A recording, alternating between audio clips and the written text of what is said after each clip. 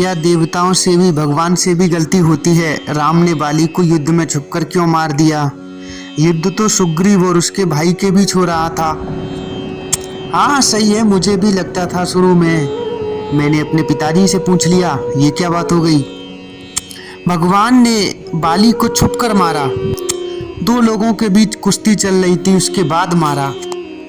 लेकिन अगर मानस ठीक से पढ़ो तो बाली ने भी यही सवाल भगवान से पूछा था जो तुमने मुझसे पूछा है। बाली ने पूछा, मैं बैरी सुग्रीव प्यारा, अवगुण कवन नाथ मोहि मारा। मैं बैरी हो गया, सुग्रीव प्रेमी हो गया, आपने मुझे क्यों मार दिया? भगवान ने उसे उत्तर दिया। उन्होंने कहा कि तूने राजपाट छीना, इस बात से मेरी कोई नाराजगी नहीं है, तुम दोनों भाई आपस की संघर्ष है, लेकिन तूने एक ऐसा अपराध किया जिसमें तुझे मारना आवश्यक हो गया था, और तुझको स्वयं श्री हरि भगवान ने ही ये वरदान दे रखा है कि तेरे सामने जो जाएगा वो आदि शक्ति ले लेगा। इसलिए तेरे सम्मुख ना तो मैं भगवान का अपमान कर सकता था और ना ही मैं सुग्रीव को पराजित देख सकता था, क्योंकि तुझे तेरे अपराध का दंड मिलना आवश्यक था। और अपराध क्या था? अनुज बधू भगिनी सुत नारी, सुन सट कन्या सम ए चारी। रे नीच रे पापी, तू मेरा भक्त अवश्य है, पर तूने ऐसा अपराध किया जिस पर दंड मिलना ही था, क्योंकि छोटे भाई की बहू। इसी मानस की तो कमी है जो आप सीरियल देख रहे हो, जो रात को 8 बजे महिलाएं देख रही हैं, और महिलाएं देखती हैं सास बहू या घर में जो क्लेश होता है ऐसे सीरियल। अगर ये सीरियल ना देखती और उन्होंने थोड़ी सी भी मानस पढ़ी होती तो आज उन्हें पता होता कि बहू सीता जैसी बहू होती है, जिसके पति को उसकी सास ने वनवास दिलाया, लेकिन उसके बाद भी वो सेवा कर रही है।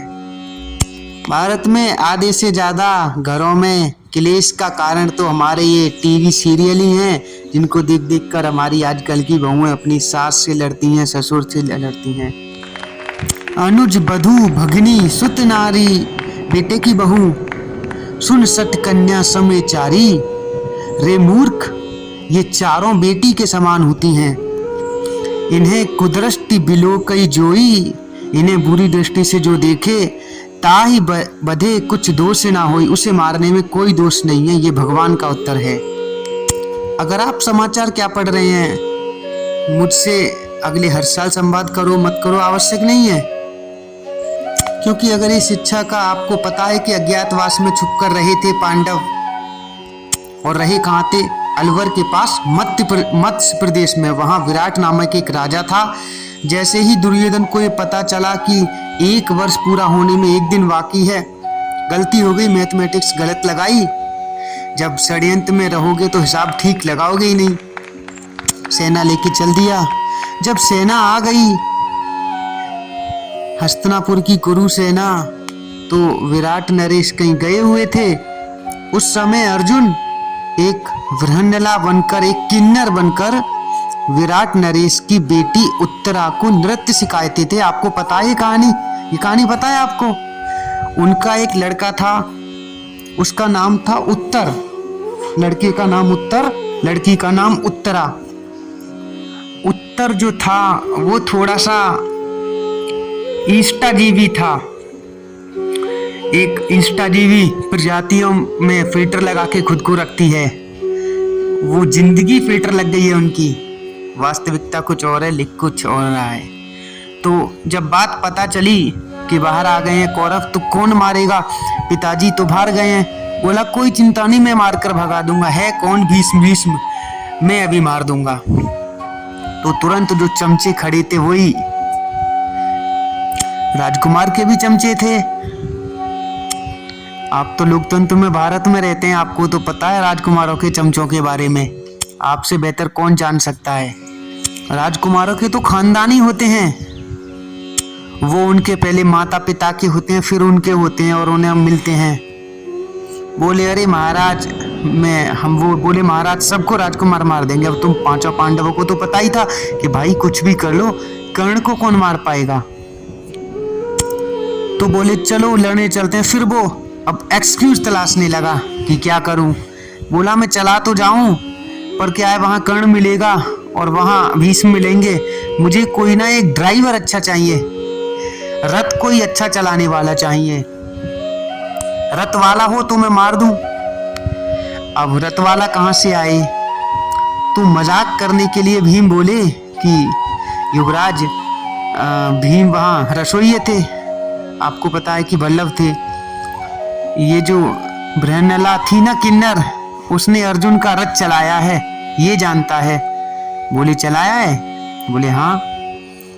अब तो फंस गया, अब चमचे भी क्या करें? चढ़ा दिया। एक बात और ध्यान रखना, चमचे केवल चढ़ाते हैं, युद्ध तक जाते नहीं हैं। तो युद्ध में उत्तर अकेला ही गया। अब रथ लेकर जा रहे हैं, अर्जुन रथ चला रहे हैं और पीछे वो खड़ा है। तो जैसे ही चमचे हटे, उसको औकात पता चल गई कि मैं तो इनको हरा ही नहीं सकता। तो ड्राइवर से बोला यार वो मैंने झूठ बोल दिया था, वापस ले ले और कह देना कि सेना दिखाई नहीं दी। उसने कहा कैसी बातें करते हैं आप युवराज, क्षत्रिय हैं, घर से कह के आए हैं। चलते समय उत्तरा बोली कि भैया आप जा रहे हो, मैंने सुना है कि कौरवों के वॉरियर कपड़े बहुत अच्छे पहनते हैं, मुझे कपड़े ला कर देना सबके उतार के, मैं अपनी गुड़िया को पहनाऊंगी। देखो आप खुद तो मरने जा ही रहा है और बयाना और ले लिया। बड़ा आनंददायक किस्सा है ये, महाभारत में है। तो वहां जाने लगा तो समी के वृक्ष के नीचे अर्जुन ने रथ रोक दिया। जैसे ही रथ रोका, उत्तर कूदा और भागा। उसने कहा तू मर मैं चला। अर्जुन उसके पीछे पीछे भागे। अर्जुन ने उसे पकड़ा, बोले अब नहीं जाने दूंगा, अब तो लड़ना पड़ेगा। बोले लड़ू कहाँ से, हथियार कहाँ हैं? उन्होंने कहा रुको। समी के वृक्ष के ऊपर हथियार बांध के छुपा रखे थे अर्जुन ने। तो अर्जुन ने हथियार निकाले। अरे बोले ये तो इतने जबरदस्त हथियार हैं, ये कैसे? बोले ये अर्जुन के हैं और मैं ही अर्जुन हूं। बोले तू कैसे अर्जुन हो सकता है, तू तो वहां नाचता है, तू तो वृहन्नला है, तू तो किन्नर है। बोले मैं ही अर्जुन हूं, हम अज्ञातवास में थे इसलिए मैं ऐसा वेश बनाया। उसने कहा अर्जुन है तो अर्जुन के 12 नाम सुना। वे 12 नाम भी उसने सुनाए, किरीटी, परंतप, सब्यसाची, गुणाकेश, आर्गुनी, विचिष्णु, कौंतेय, अमृत, भारत, ऐसे करके 12 नाम उसने सुनाए। अब बोला कि अर्जुन ने बोला ऐसा है कि बेइज्जती मत कराओ। और अर्जुन ने उसको बीच में जो डंडा होता है छत्र के नीचे, उससे बांध दिया ताकि भागे ना, और ऊपर से कपड़े पहना दिए। और अर्जुन ने कहा मैं लड़ूंगा, आप बैठे रहें, आपकी नाम विजय होनी चाहिए। अब अर्जुन ने अपना बजाया शंख, पौंड्रू नाम है उसके शंख का। शंख की ध्वनि पहचान गए। उन्होंने कहा ये तो अर्जुन है, ये तो सामने आ गया, एक दिन रह गया है, फिर दोबारा 14 साल। पितामह भीष्म बोले नहीं, आज ही सुबह ब्रह्म मुहूर्त में 14 वर्ष पूरे हो गए, क्योंकि मैं अपने बच्चों के वापस आगमन का रोज दिन गिनता था। अब पितामह की बात कौन टाले। अर्जुन ने पहले 2 बाण छोड़े, एक द्रोणाचार्य के चरणों में आके गिरा और एक पितामह भीष्म के चरणों में आके गिरा। किस्सा यह है कि अर्जुन ने सबको मूर्छित कर दिया, पराजित तो नहीं करना चाहता था, क्योंकि पराजित करके वो अपमान नहीं करना चाहता था। चलते समय उत्तर ने कहा कि मुझे कपड़े ले जाने अपनी बहन के लिए, गुड़ियाओं के लिए। उसने कहा सबके वस्त्र उतार ले, लेकिन 2 के कपड़े छूना मत। एक मेरे काका पितामह भीष्म और एक मेरे गुरु द्रोणाचार्य के, बाकी सबके ले जा।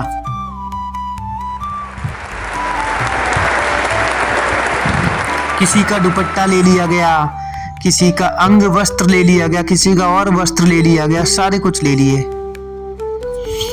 जो मैं बताना चाहता हूं वो कि अगर ये प्रतीक नहीं समझे तो कितनी हानि होगी। जब पहुंचे तो चमचे फिर इकट्ठे हो आए। अब तो शपथ ग्रहण का समय आ गया है, अब तो चमचे चाहिए। महाराज की जय हो, युवराज ने कमाल कर दिया। अब वो संकोच में बोले नहीं, बात खुल गई कि ये तो पांडव हैं। इस बीच विराट नरेश लौट आए और विराट नरेश को जब ये पता चली तो विराट नरेश कांपने लगे। उन्हें लगा कि दुनिया के सबसे बड़े योद्धाओं को मैंने अपने यहाँ नौकर रखा। मैंने इस कंक को धर्मराज युधिष्ठिर के माथे पर मैंने अपना पांसा मारा। इतनी गालियां बकी, वो डरने लगे। ये ऐसे है कि जैसे आप जाओ और जैसे चौराहे पर अवैध वसूली कर रहे किसी सिपाही को अचानक सिविल वर्दी में डायरेक्टर जनरल ऑफ पुलिस मिल जाएं और वो उनसे भी वसूली कर ले और बाद में कप्तान साहब बताएं कि साहब ये तो मेरे भी बॉस हैं भाई, तो जो उसकी हालत होगी गार्ड की, वो हालत थी विराट नरेश की। ये संस्कार अगर वहां होता तो ये समाचार ना आते कि शिष्या गुरु के साथ भाग गई, छात्रा को लेके भाग गई गुरुजी, ये समाचार ना आते। इसीलिए भारत को इसकी आवश्यकता है। डरकर प्रेम से मरे हुए विराट नरेश ने कहा कि मैं आपको क्या दूं, आप मेरा राज्य रख लीजिए। युधिष्ठिर ने कहा कि नहीं, जिसने आश्रय दिया हो, जिसने संकट के समय रोटी खिलाई हो, उसके राज्य पर कब्जा करना अधर्म है। हम ये अधर्म नहीं कर सकते, जमीन का एक टुकड़ा नहीं ले सकते। ये युधिष्ठिर का चरित्र है। अब अगला चरित्र सुनिए। बोला अच्छा, मुझे फिर चारों तरफ देखा, बोले मुझे ना राज्य से भी ज्यादा प्रिय, अपनी पत्नी से भी ज्यादा प्रिय, अपने बेटे से भी ज्यादा प्रिय मुझे अपनी बिटिया है उत्तरा।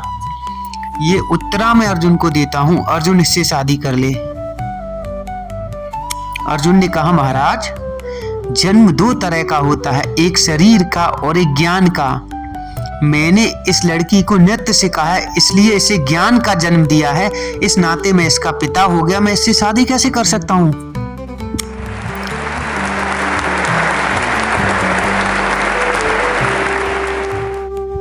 विराट ने कहा कि ये तो वाग्दत्ता हो गई, मैंने वाणी से इसका दान कर दिया।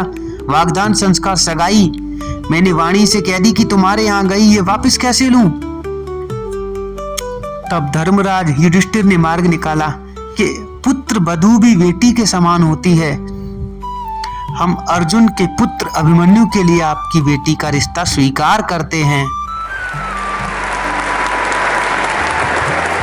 यही बात भगवान बाली को कह रहे हैं कि तू राज्य छीन ले सुग्रीव का तो मैं तुझे माफ कर देता, तू सुग्रीव की हत्या कर देता तो मैं तुझे माफ कर देता, लेकिन तूने अपने छोटे भाई की पत्नी पर बुरी दृष्टि डाली। अनुज बधू भगनी सुत नारी, सुन सट कन्या सम एचारी, इन्हें कुदृष्टि बिलो कई जोई, ताहि बधे कुछ दोष ना होई।